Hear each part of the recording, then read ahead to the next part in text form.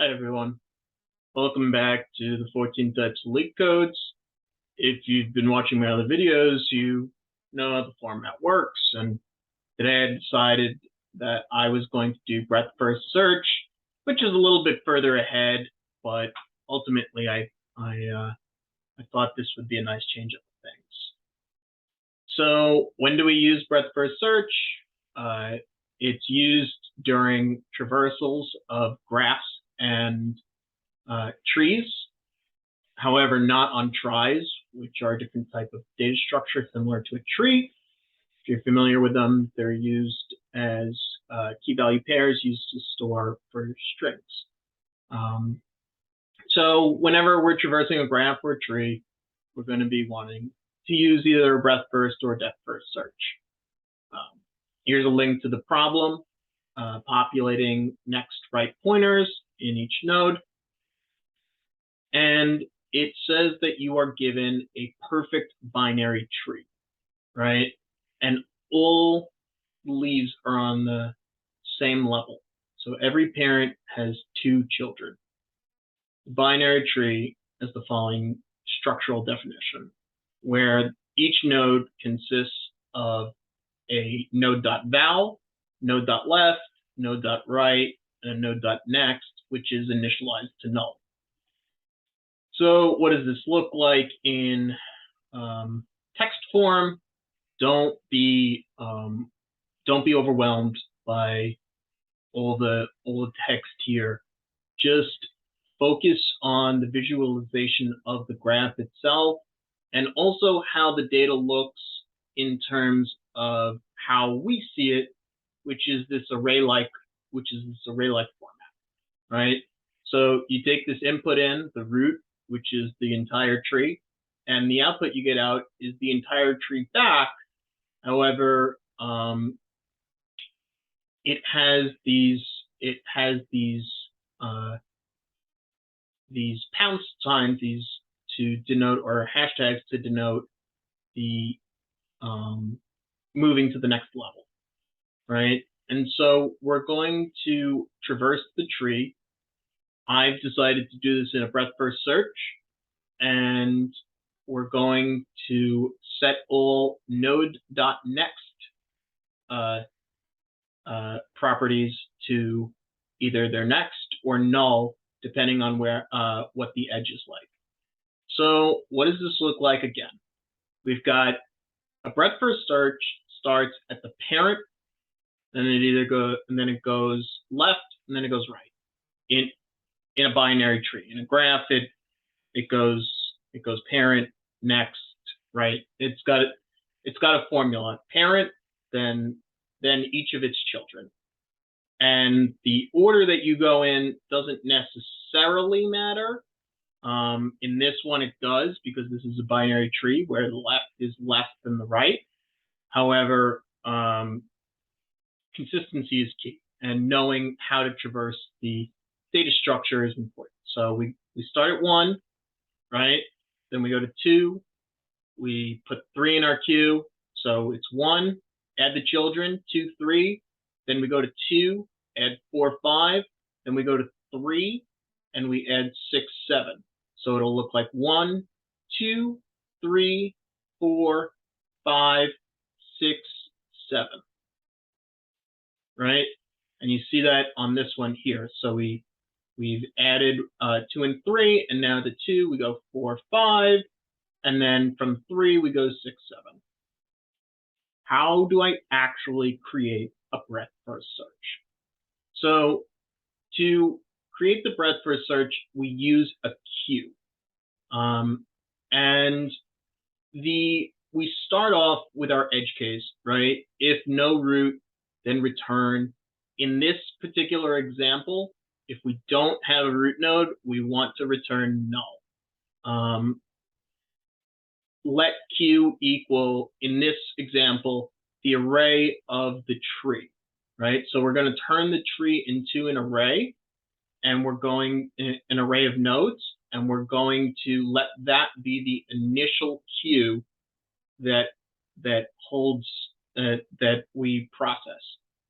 And then while we're going through our queue, we need some way to pop the values off of the tree, right? Because it's a queue, first in, first out, right? So we're gonna shift our queue and we're gonna capture that value with some sort of variable declaration.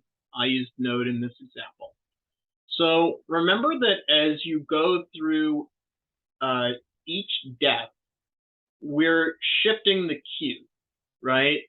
So first, what does that mean? That means that first 1 goes in, right?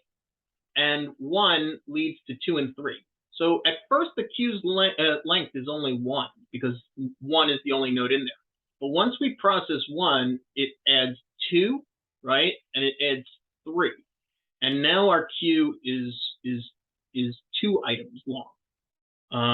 And this, if you can imagine this visually, first the queue is 1, then the queue is 2, then the queue is 4, right? Because we go from 1, 2, 3, then 4, 5, 6, 7. And so we're going to be changing the queue 3 times. And this is going to give us a runtime of big O of V plus E, where V is the vertices and E are the edges. And vertices, if you're not familiar with those terms, the vertices are the levels or the depth, right? 1 is the first, 2, 3 is the second, 4, 5, 6, 7 is the third, right? And E are the edges. In the edges, we have 1, 2, and 3, 4, 5, 6, 7, right? So each time that we change the queue's length, those values within them represent the edges. And those edges have their own runtime. So the total runtime is V plus E, and that's important to remember. So if you're still confused about how to actually implement a breadth first search, don't worry. It's really complicated. Depth first search and breadth first search are 2 of the most complicated concepts. You know, abstract data type traversals are very difficult in nature, and this is a fairly good problem to kind of, you know, really highlight in a medium difficulty how you would do it. So if you're confused about the runtime, right? Again, we're starting at this first one. Our queue is initialized to 1. Right? And so that's our first runtime. That's our first runtime processing, right? Which is based on the, you know, initializing the queue and also how many items are within that queue. It's got a length of 1, right? Then as we put in the children, right, we're processing node 1. We had 2 and 3. So this second level here, that is a different runtime now because we had to reinitialize the queue. And we had to add 2 items onto our queue. And then that happens again at the bottom level, right? So at the bottom level, we had 4, 5, 6, 7. And so again, that's why the runtime is V plus E. You can also represent it as M plus N or O plus P, however you want to do it. Here's a link to the problem again. If you're still confused, like, how do I actually use the breadth first search to move through the tree? And what do I have to do to each node as I move through it? In this problem, you're going through the tree, right? That's the breadth first search part, right? Like that's the traversal. And then as you're going through it, you're just changing node.next. That's really the only thing you're doing as you go through it. The hard part is the traversal. And so once you learn how to do the breadth first search, which is going to be the same pretty much for any type of traversal, you're just going to have to do a minimal effort to actually change the values as you need them. And remember, so it goes parent left on a binary tree, parent left right? So put in 1. 1's got a left value of 2 and a right value of 3. So then 2 and 3 go in there, and now 1 is gone. once, like, right, because we shifted it. If you remember, the node is equal to q.shift. So now 1 is gone and 2 and 3 are in there. So now we're going to process q at 0, which is 2, right? And 2 have values of 4 and 5. So that q is going to be, and 2 is going to be disappeared from there. So it's going to look like 3, 4, 5, right? And then we process the q again, and 3 is going to have a value of 6 and 7, right? Now, you do not need to track visited nodes. That's important.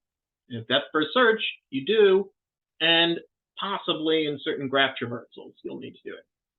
Not necessary here to track your visited nodes. Big hint. I'm going to speak slowly now because this is where you should go and try and solve the problem. But if you're still very lost on how you would even begin to start this problem, right, then I'm going to load the last page, and I'm going to give you a little bit of starter code, which is going to, it's actually a lot of starter code. It's about half the problem. It's about half the problem. But again, the point of this exercise right here, it's great if you can solve the problem, but this is really about learning how to do a breadth-first search.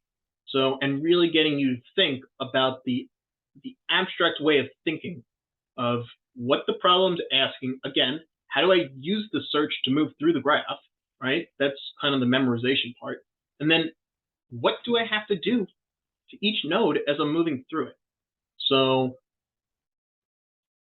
this is, go solve the problem if you want. Otherwise, I'm going to raise this hint now. This is your last chance to pause the video and get out of here. All right. So if you're still watching, this is how the function is going to begin.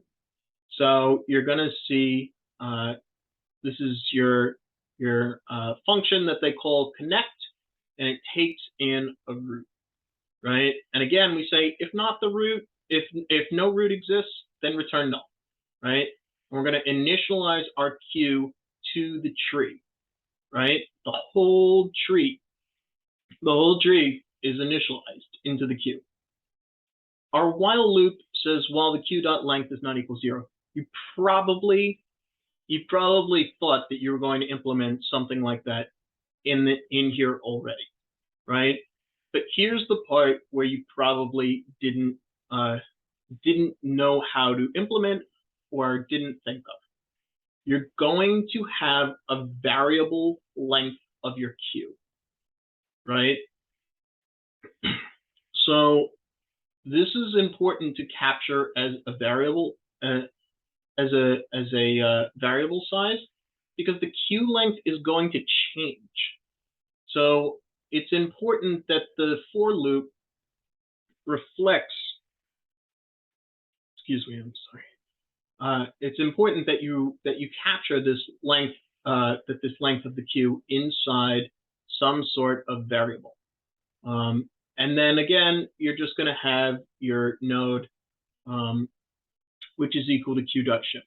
And again, this node is the parent. So this is the parent node, and you're going to be pushing your left and your right into your queue. And you're also going to have to manipulate node.next in some way. So that's everything, guys. Go solve the problem, and I'll see you on the solution video. Thank you.